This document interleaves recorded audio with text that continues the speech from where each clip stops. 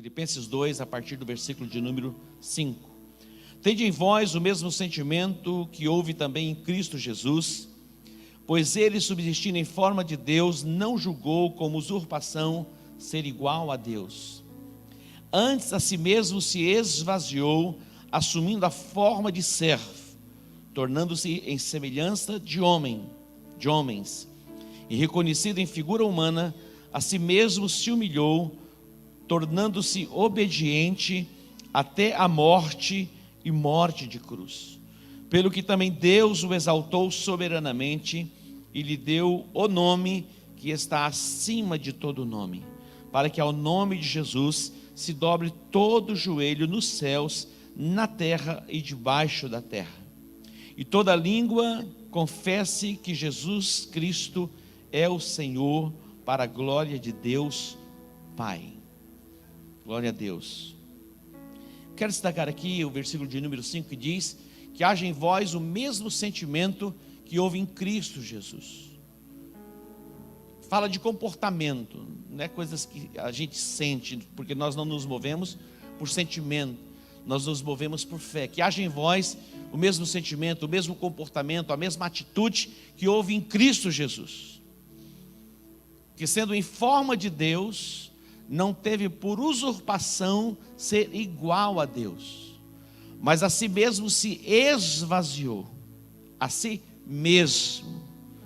É uma atitude própria dele, não foi uma imposição do Pai, ou uma imposição de alguém, mas o próprio Jesus, ele se esvaziou-se a si mesmo, tomando a forma de homem, e como homem, servindo, se colocando à disposição para servir. Ele se fez servo.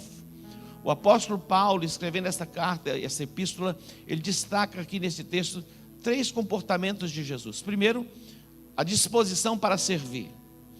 Segundo, a disposição para se humilhar. Humilhou-se a si mesmo. E a terceira atitude de Jesus fala que ele foi obediente até a morte, e morte de cruz, a morte mais horrenda.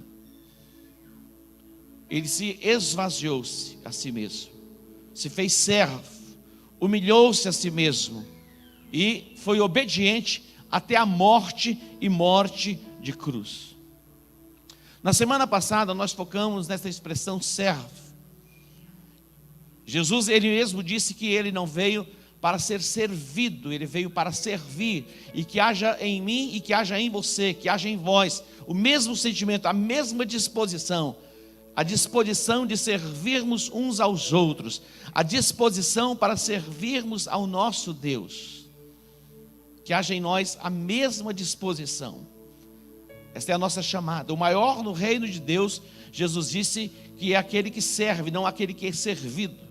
No reino deste mundo, as autoridades, aqueles que exercem cargos, funções maiores, eles são os maiorais, eles são servidos. Mas Jesus disse, olha, no reino de Deus não será assim. No reino de Deus, o maior vai ser sempre aquele que serve. É muito importante que você tenha este sentimento dentro de você. Eu e você fomos chamados para servirmos, e servirmos sempre. Em toda oportunidade que você tiver, sirva, se disponha, que haja em você este sentimento, que você viva e você pratique esta verdade. Hoje, quantos de nós queremos apenas sermos servidos em todo o tempo? Jovens, adolescentes, sirvam.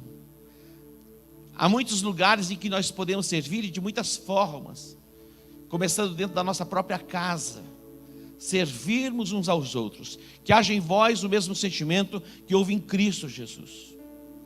Aquele que serve, ele acessa lugares que pessoas que não servem jamais acessarão.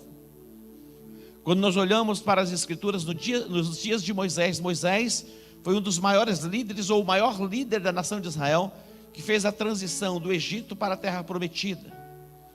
E Deus se revelava a ele, se manifestava a ele face a face, como nenhum outro homem desfrutou disso. Mas quando Moisés, ele subiu ao monte, e ali ele vai receber as tábuas da lei, e ele permanece ali por 40 dias, Na nação de Israel haviam ali muitos príncipes, pessoas importantes, de destaque. Dentre eles o próprio Arão, que foi com Moisés falar com Faraó, porque ele se tornou como que a boca de Moisés diante de Faraó, porque Moisés vai argumentar dizendo: eu não sei falar, sou um homem de boca pesada. E Arão vai ser estabelecido por Deus como aquele que falaria no lugar de Moisés. Moisés falaria a Arão, e Arão então falaria a Faraó. Era uma liderança em Israel. Mas quando Moisés subiu ao monte para estar ali, para receber as tábuas da lei, que Deus vai se revelar a ele, se manifestar a ele, nenhum outro subiu com ele a não ser Josué, servidor de Moisés. É exatamente assim que a Bíblia destaca Josué: servidor. Quantos de nós queremos títulos, não é verdade? Muitas vezes sermos reconhecidos pelos nossos títulos, mas o título que Josué recebe ali é o título de servidor. Mas ele vai acessar lugares onde aqueles homens de destaque em Israel jamais acessaram, que é estar com aquele o qual ele servia no topo do monte, quando Deus se revelou e Deus se manifestou a Moisés.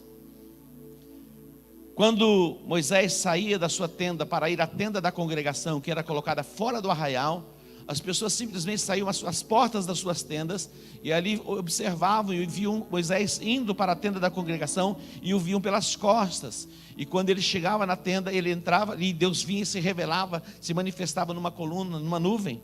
E interessante porque Josué permanecia sempre na tenda da congregação. Então aquele que serve vai acessar lugares que pessoas que não servem jamais acessarão. Se dispõe a servir lá no seu trabalho. Sirva aquela pessoa que você foi colocado ali para auxiliar. Sirva como se estivesse servindo a Deus. Esta é a recomendação bíblica. Nós devemos servir as pessoas como nós estamos servindo a Deus. John Bevere conta uma experiência que ele teve, conta muitas experiências extraordinárias, maravilhosas, mas ele compartilha neste livro uma experiência triste que ele teve. Ele estava em uma das suas viagens e ele tinha bônus e ele ganhou como presente a primeira classe. E ele foi voar na primeira classe. E ali, sempre na primeira classe, são pessoas distintas, empresários, homens de negócios, de empresa e outras categorias de gente. E ele se sentou confortavelmente e ele já procurou desenvolver um relacionamento com a pessoa ao lado, porque ele queria compartilhar a sua fé, falar de Jesus. Mas ele já não acessou a pessoa falando de Jesus, ele começou a falar de negócios, porque também é um homem de negócio. E ele vai falando a respeito de negócios e a pessoa abriu o coração, uma pessoa muito comunicativa, muito eloquente. E eles tiveram assim um momento muito prazeroso, eles se entenderam muito bem e a conversa fluiu. Mas lá na frente um pouquinho ele perguntou o que a pessoa fazia. E a pessoa disse a ele o que ele fazia, era um empresário. E aí a pessoa perguntou a ele o que ele fazia, ele falou: sou o ministro do evangelho. O homem se fechou. Se fechou, virou de lado, ele falou: ofendi o empresário. Ele achou estranho, e aí ele tentou avançar um pouquinho mais na conversa, daí a pessoa abriu o coração com ele. Disse: olha, eu não gosto desse tipo de gente. Mas por que você não gosta desse tipo de gente? Daí a pessoa foi contar para ele que ele tinha muitos empregados, muitas pessoas que trabalhavam, e tinha uma desses que era nascido de novo, mas que deu muito prejuízo a ele na empresa. Não fazia as coisas como deveria se fazer. Naquele tempo que você fazia uma ligação internacional, custava muito dinheiro, até interestadual, na empresa ela usou o telefone para fazer ligações particulares, que custou $8.000. E ela foi despedida da empresa. Falou: então eu não gosto desse tipo de gente. E o John Bevere ficou completamente constrangido. Mas ele vai trazer um ensinamento a respeito da expressão da honra. E ele falando a respeito disso, um dia ele estava numa grande conferência, ele falou a respeito dessa situação, e um empresário foi tocar e falou: eu quero restituir este homem. Estava numa reunião como essa, e o empresário disse: eu quero restituir este homem. Falou: John, me dê a oportunidade que eu quero pagar esta conta, porque eu sou um cristão nascido de novo, e a prática que eu aprendi é de honrarmos as pessoas nas quais nós trabalhamos, desenvolvemos as nossas atividades. E o John Bevere ficou tão empolgado com aquilo, ele falou: eu mesmo vou tratar desse assunto. Então ele procurou informações, até encontrar informações a respeito daquele homem. E quando ele estava se preparando para buscar estar com ele, ele foi informado que há 6 meses atrás aquela pessoa havia morrido. Ele não teve a oportunidade de alcançá-lo. Mas a nossa chamada sempre é para servirmos. E servirmos a Deus, servirmos as pessoas. Quando você serve alguém, você está servindo a Deus. A Bíblia diz que nós devemos servir no lugar onde nós trabalhamos, como nós servimos a Deus. Preste atenção. Aonde você estiver, sirva as pessoas nessa perspectiva: eu estou servindo a Deus. Eu estou servindo a Deus. E você vai ser recompensado por isso. Você vai ser grandemente recompensado. Há uma recompensa para aqueles que servem, na disposição de honrar aquele o qual ele está servindo. Diga: eu acredito nisto. Então não importa qual seja a sua patente neste mundo, não importa. Nós temos no nosso contexto de igreja pessoas em todos os níveis de formação e de influência no contexto de sociedade. Temos pessoas que trabalham nos serviços mais básicos, que são importantes. Como é importante aquela pessoa que recolhe o lixo da sua rua? É importante ou não é importante?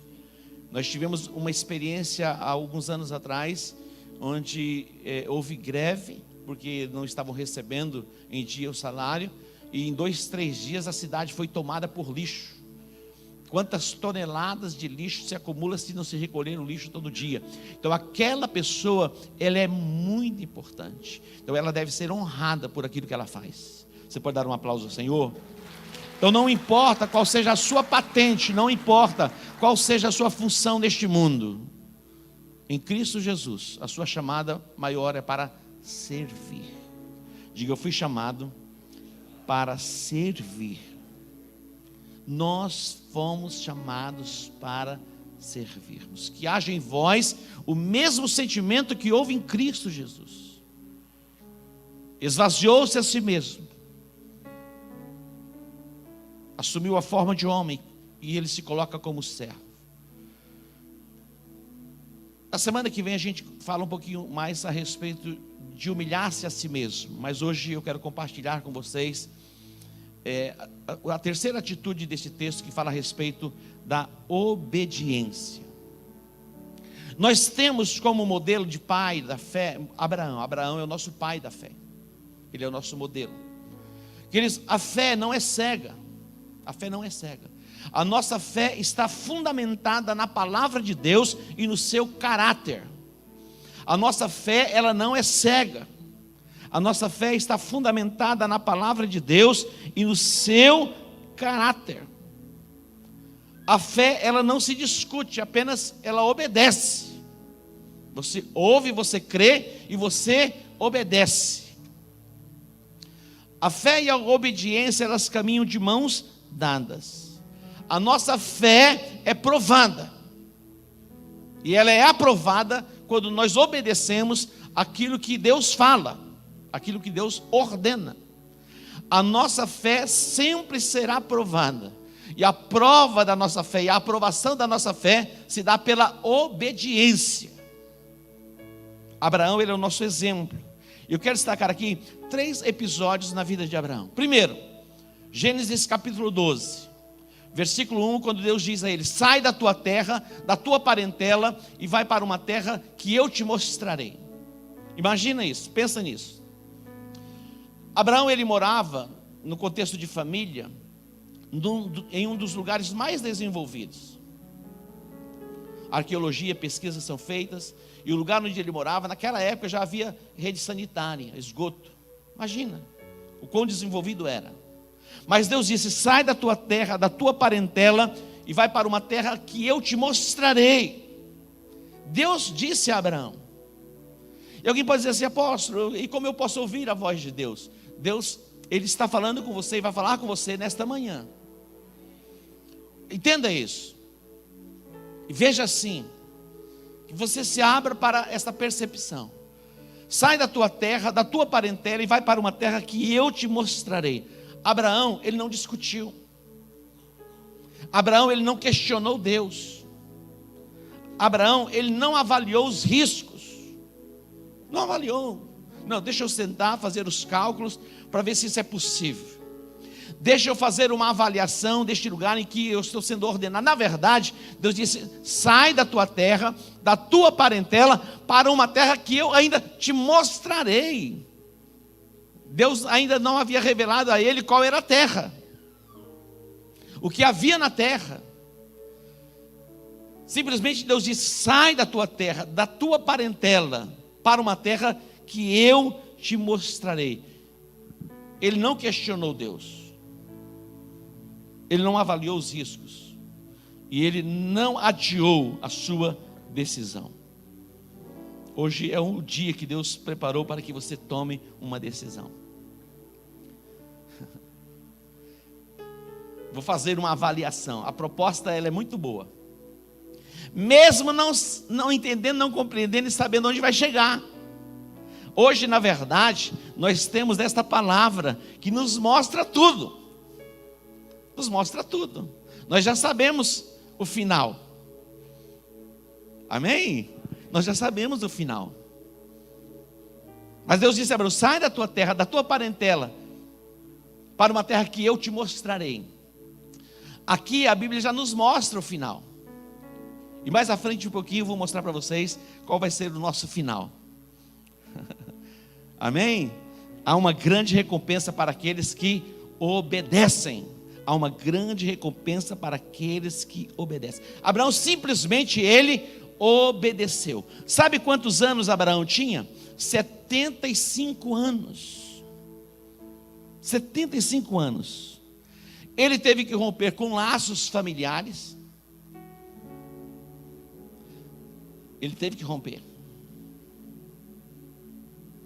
E é interessante quando nós olhamos para Jesus, ele fala a respeito disso. Para segui-lo, muitas vezes é preciso que alguns rompimentos, porque muitas pessoas não vão entender, não vão compreender a nossa decisão. Ele teve que romper com laços familiares. Ele deixou para trás a sua terra, ele deixou para trás a sua cultura, ele deixou para trás a sua religião. Abraão, ele fazia parte de uma família tradicional religiosa, que cultuava muitos deuses, adoravam muitos ídolos, eram pagãos. Ele deixou para trás a sua terra, ele deixou para trás o seu povo, a sua parentela, ele deixou para trás a sua cultura, ele deixou para trás a sua tradição e a sua religião. A renúncia que ele fez, movido pela confiança, ele obedeceu sem questionar e sem vacilar. Movido pela fé, confiando naquele que o estava chamando, ele partiu sem vacilar, sem questionar, e ele sai da sua casa para a terra prometida. Queridos, a nossa fé, ela está fundamentada no caráter de Deus e na sua palavra, e Ele não mente jamais. Há uma grande recompensa em obedecê-lo. Dê um aplauso ao Senhor. O segundo episódio na vida de Abraão que eu quero destacar está no capítulo 13. Abraão, ele dá a Ló a liberdade de escolha. Ele dá a Ló a liberdade para escolher. Ló era sobrinho de Abraão. Quando Deus diz: sai da tua terra e da tua parentela e vai para uma terra que eu te mostrarei, ele traz consigo o seu sobrinho. A Bíblia diz nesse capítulo que houve contenda entre os pastores de Abraão e os pastores de Ló. Houve o quê? Contenda. E a Bíblia diz que Abraão, ele chamou Ló, seu sobrinho, e diz: olha, não é bom que haja contenda entre nós. Eu dou a você a liberdade para que você escolha. Se você for para a direita, eu vou para a esquerda. Se você for para a esquerda, eu vou para a direita. Abraão via o que Ló não via, porque Abraão via a promessa que ele tinha da parte de Deus. Sabe o que Ló fez? Ló levantou os olhos e ele viu as campinas do Jordão, o lugar mais verdejante, mais apropriado para se enriquecer. E ele olhou e disse: eu quero as campinas do Jordão, que fique para você o lugar seco, o lugar árido. É melhor você estar no lugar seco e árido em termos de geografia, com a promessa e a presença de Deus, do que ir para as campinas do Jordão, os lugares aprazíveis, distante da presença de Deus. A promessa de Deus estava com quem? A promessa de Deus estava com Abraão. Todo aquele que estava conectado a Abraão desfrutava daquela essência. A Bíblia diz que Ló foi se tornando rico, porque estava com quem? Com Abraão. A bênção de Deus estava sobre Abraão. E o sobrinho, enquanto estava conectado com ele, desfrutava da bênção de Deus que se manifestava na vida de Abraão. Mas Ló, ele escolheu as campinas do Jordão. Nós somos livres para fazermos as nossas escolhas, mas nós nos tornamos cativos e reféns daquilo que nós escolhemos. A Bíblia diz que há caminhos que ao homem parecem direito, mas o fim é o caminho de morte. Há caminhos que ao homem parece bom, mas o fim são caminhos de morte. A Bíblia diz que Ló foi morar, habitar nas regiões de Sodoma e Gomorra. E os 4 reinos se uniram e tomaram a cidade. E dentre as pessoas que tomaram Ló e a sua casa, sua família. Saquearam seus bens e o levaram cativo. Imagina, o fim é tragédia. Mas Deus disse para Abraão: Abraão, levanta os teus olhos. A Bíblia diz que Abraão, ele levantou os olhos. O olhar de Abraão não estava na terra, o olhar de Abraão estava em Deus. O olhar de Abraão não estava na provisão, o olhar de Abraão estava no provedor. Aqui é a diferença. Algumas pessoas estão olhando simplesmente para o prisma da provisão. Se a despensa está cheia, ele está em paz. Se esvazia um pouquinho, ele se angustia. Abraão, ele não olhava para a provisão, para aquilo que era natural. Ele olhava para quem? Para o provedor. Aquele que fica olhando para a provisão, de tempo em tempo, ele se angustia, ele se abala, porque essas coisas elas podem acontecer. Quando nós olhamos para os dias de Abraão, houve fome na terra. Depois dos dias de Isaac, houve outra fome na terra. E a fome na terra, isso é cíclico, sempre acontece, sempre aconteceu e sempre vai acontecer. Mas aqueles que confiam no Senhor serão inabaláveis. Você pode dar um aplauso a Ele? Serão inabaláveis, porque Ele é a fonte de toda a provisão. Ló, ele olhava para aquilo que era circunstancial, para aquilo que era momentâneo. A visão de Abraão estava naquilo que era celestial, que vinha da parte de Deus, e ele tinha sobre ele a promessa. E Deus disse a Abraão: levanta os teus olhos e vê, toda a terra que vês, hei de dar a ti e a tua descendência. Toda a terra que vês, tudo que você conseguir ver, para o norte, para o sul, para o leste, para o oeste, tudo isso eu coloco diante de ti. Tudo que você alcançar com os teus olhos será teu. O final de Ló foi o que? A tragédia. Sodoma e Gomorra, depois as 2 cidades foram destruídas. Eram cidades tomadas pelo pecado. O terceiro episódio nós encontramos no capítulo 22 de Gênesis. Gênesis capítulo 22. Abraão, ele atende a voz de Deus e oferece o seu filho Isaque como sacrifício. Gênesis capítulo 22 diz que Deus provou Abraão. Queridos, nós somos provados na nossa fé. Deus sonda os nossos corações. Nós somos provados na nossa fé. Neste texto diz que Deus, depois que cumpriu a promessa na vida de Abraão, Deus o colocou à prova. E o Senhor disse: toma o teu filho, o teu único filho a quem amas, Isaque. 22, volte um pouquinho para o capítulo, versículo 1, tá? A gente vai seguir um pouquinho aqui. Deus disse: toma o teu filho, o teu único filho a quem amas, Isaque, e vai à terra de Moriá, e oferece-o ali em sacrifício. Versículo 2. Agora vamos para o 3. Então se levantou Abraão pela manhã, de madrugada, olha só. Deus disse: está dito, vou fazer. Eu penso que se Abraão fizesse uma consulta familiar, e ali uma reunião estratégica para a tomada de decisão, possivelmente Sara iria dizer assim: longe de ti, jamais. A Bíblia não diz que ele consultou Sara. Quando Deus falou com ele, ele tomou a decisão e ele executou aquilo que Deus disse sem vacilar. Diz o texto: então se levantou Abraão de madrugada, pela manhã, preparou o jumento, tomou consigo 2 dos seus moços e a Isaque seu filho, cortou a lenha para o holocausto, levantou-se e foi ao lugar que Deus lhe dissera. Imagina 3 dias caminhando, dava muito tempo para se pensar, em retroceder, voltar atrás, fazer a avaliação: será que eu ouvi bem mesmo? Será que é Deus falando comigo? Não, ele não questiona Deus. Sabe por que ele não questiona? Porque a primeira vez que ele ouviu Deus, ele entendeu que era Deus e compreendeu que era Deus. E ele sabia que Deus estava falando com ele novamente. E ele já havia experimentado os feitos de Deus na sua própria vida, onde Deus cumpre na vida dele aquilo que havia prometido. Aqui não houve lugar para dúvida.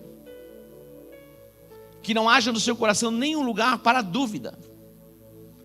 Que a sua fé esteja sempre ativada, porque é certo que Deus é bom e a sua misericórdia dura para sempre. E a provisão nele plena e completa. Deus provou Abraão. Agora, ele vai ao lugar, ele viu o lugar, e o filho pergunta: pai, nós temos a lenha, nós temos o cutelo, nós temos o fogo, cadê o cordeiro para ser sacrificado? Abraão não falou para Isaque dizendo: olha, é você, chegou o seu dia. Sabe o que ele responde? Deus proverá para si o cordeiro, meu filho. Deus proverá para si o cordeiro. Pai, aqui nós temos a lenha, nós temos o cutelo, nós temos o fogo, temos tudo. Não está faltando alguma coisa? Não está faltando o cordeiro? Abraão disse: Deus proverá. E quando ele vê o lugar, ele disse para os moços que estavam com ele: ficai aqui com as jumentas, que nós vamos ali adorar e nós voltaremos. Olha que extraordinário. Nós vamos ali adorar e nós voltaremos. E no seu interior ele sacrificou Isaque. E quando ele estava ali, ele coloca o filho sobre o local, sobre o altar. E quando ele vai sacrificar, ele ouve uma voz dizendo: não faça isso. O cordeiro estava lá, preso para ser sacrificado. Aí Deus vai se revelar a ele de uma forma tão poderosa. Vamos para frente um pouquinho. No versículo de número 16. Atente para isso agora. Olha o que o Senhor disse a ele: por mim mesmo jurei, diz o Senhor, porquanto fizeste esta ação e não me negaste o teu filho, o teu único filho. Por mim mesmo eu fiz um juramento, porque você fez o que eu mandei que você fizesse. Versículo 17.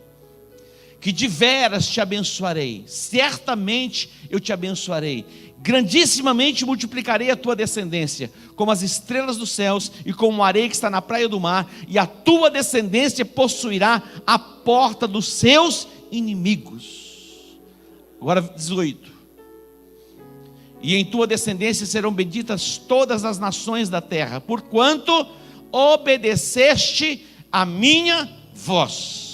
porque você obedeceu a minha voz, eu vou cumprir em você, eu vou cumprir na sua descendência, eu vou cumprir na sua descendência o que eu tenho prometido a você. Você pode dar um aplauso a ele? Abraão, ele não questionou Deus. Deus disse: sai da sua terra, sai da sua parentela, rompe com esses laços familiares, rompe com a sua tradição religiosa, rompa com o que precisa ser rompido, com a cultura. Eu estou te chamando para você vir para uma outra dimensão. Você não consegue ver, você não consegue enxergar, mas Deus está te chamando hoje para que você entre nesta nova dimensão de um relacionamento perfeito com Ele, através de Jesus Cristo, o seu Filho.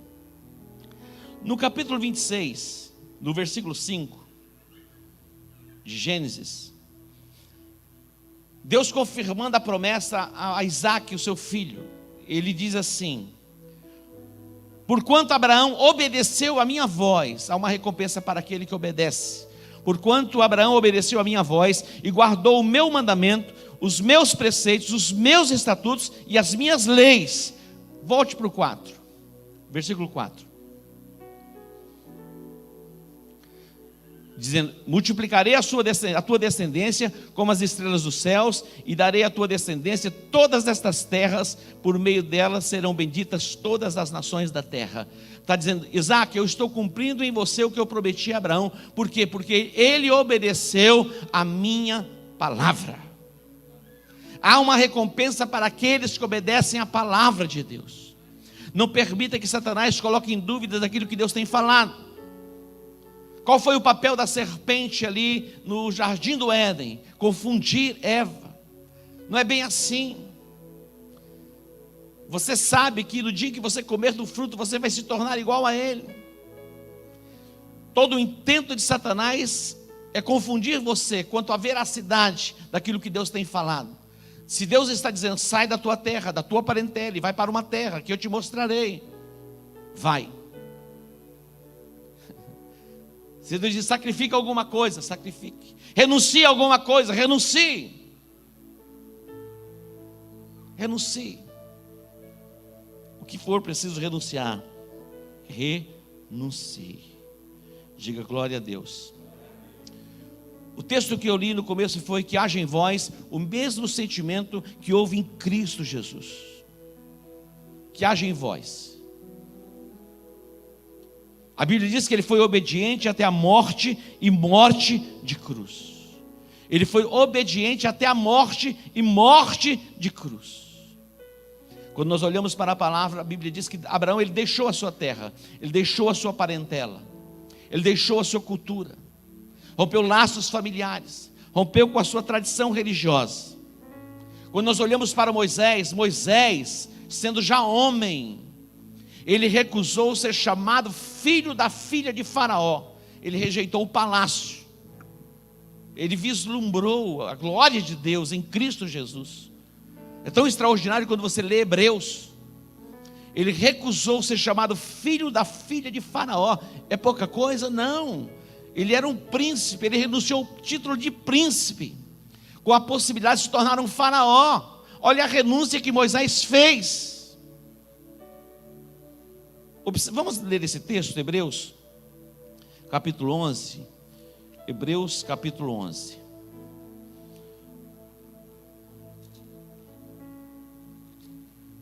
Hebreus, capítulo 11. O versículo de número 24 a seguir. Hebreus 11, 24. Diz assim. Hebreus 11, 24. Pela fé, Moisés, sendo já homem, recusou ser chamado filho da filha de Faraó. Versículo 25 diz: escolhendo antes ser maltratado com o povo de Deus, do que por algum tempo ter o gozo do pecado. Atente, ele renunciou o gozo do pecado. Por algum tempo. O pecado dá prazer, mas o salário do pecado, a Bíblia diz que é a morte. E o dom gratuito de Deus é a vida eterna. O que é que você tem renunciado? O que nós temos renunciado? para o desenvolvimento da nossa fé. Moisés, ele renunciou a ser chamado filho da filha de Faraó. Ele escolheu antes ser maltratado com o povo de Deus do que por algum tempo ter o gozo do pecado. 26. Teve por maiores riquezas o opróbrio de Cristo do que os tesouros do Egito, porque tinha em vista a recompensa. Tinha em vista o quê? A recompensa. Recompensa diz a respeito do futuro. Há uma recompensa para este tempo presente, mas há uma recompensa para o tempo futuro. Ele não negociou o seu futuro pelo seu presente. Não negocie o seu futuro pelo hoje. Os prazeres deste mundo são momentâneos. Renuncie, rejeite.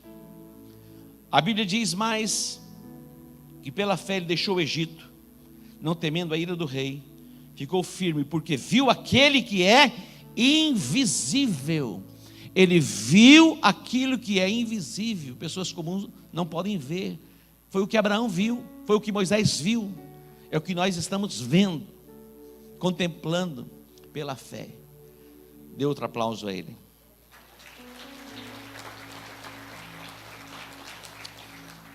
Jesus, ele deixou a sua glória. Tem que deixar alguma coisa. Abraão, ele deixou a sua casa, sua parentela, sua tradição, sua religião. Moisés recusou ser chamado filho de Faraó, ele recusou o palácio, foi viver o opróbrio no deserto.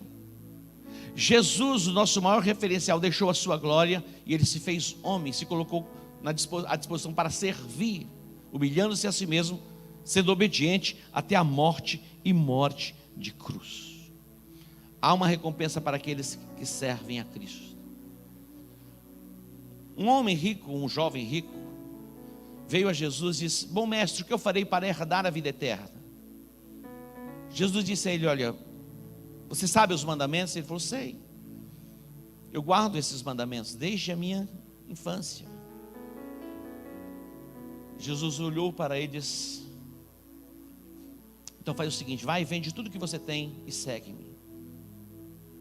E ele saiu triste. Mas Jesus estava fazendo a introdução do sermão. Algumas pessoas, elas desistem na introdução. E ele sai triste. Quando ele vai, os discípulos de Jesus vieram a ele no particular, e eles disseram assim: olha, nós deixamos tudo para te seguir. Nós deixamos tudo para te seguir. O que a gente ganha com isso? Jesus disse assim, preste atenção: aquele que deixa casa, pai, mãe, irmão, irmã, bens, por amor de mim, receberá neste presente século 100 vezes mais, e do porvir a vida eterna. Você pode aplaudir a ele? É pouca coisa? O nível de recompensa é assim. A recompensa, para tudo tem recompensa. Para o pecado tem recompensa, pela renúncia tem recompensa, as nossas escolhas, aquilo que nós escolhemos tem recompensa. Agora eu vou fechar com Apocalipse. Apocalipse capítulo 3, versículo 21. Apocalipse 3, 21 diz assim: ao que vencer, dar-te-ei a sentar-se comigo no meu trono, assim como eu venci, me assentei com meu Pai no seu trono. Olha que lindo, é Jesus falando. Você se lembra quando a mãe dos filhos de Zebedeu, que eram os dois chamados, vamos falar o nome deles, Tiago e João. Jesus tinha 12 discípulos. Dentre os 12 tinha 3 assim mais chegados. Não é que Jesus que escolheu que eles fossem os mais chegados, mas eles se dispuseram a isso. É coisas de Deus, alguns mistérios que a gente não compreende, mas eram os 3 mais próximos de Jesus. E dentre esses 3 ainda tinha um mais chegadinho, que chegava a reclinar no colo de Jesus, que era João, o mais novo. Então, a mãe desses meninos chegou a Jesus e disse assim: olha, Permita que quando chegar na eternidade, os meus filhos se assentem um à tua direita, à tua esquerda. Acho que eles não sabiam o que nem que estava pedindo, né? Os outros discípulos ficaram indignados com isso. Aí Jesus fala: olha, é o seguinte, aqui neste mundo, aí Jesus vai trazer o ensinamento. Aqueles que governam, que exercem postos de autoridade, eles são os maiorais, eles são servidos, mas no reino de Deus, aquele que serve vai ser o maior. Mas a proposta aqui, fechando o livro, começando, abrindo Apocalipse, e é o último livro da Bíblia, Jesus está dizendo assim, Jesus está falando: ao que vencer, lhe concederei que se assente comigo no meu trono, assim como eu venci e me assentei com meu Pai no seu trono. Então existe o trono do Pai, existe o trono de Jesus, e nós vamos nos assentar com Ele. Amém? Há uma recompensa em obedecer. Obedecer é melhor do que sacrificar. Quando você for provado e você ouvir a voz de Deus, e você precisar renunciar a alguma coisa, renuncie. Renuncie o pecado.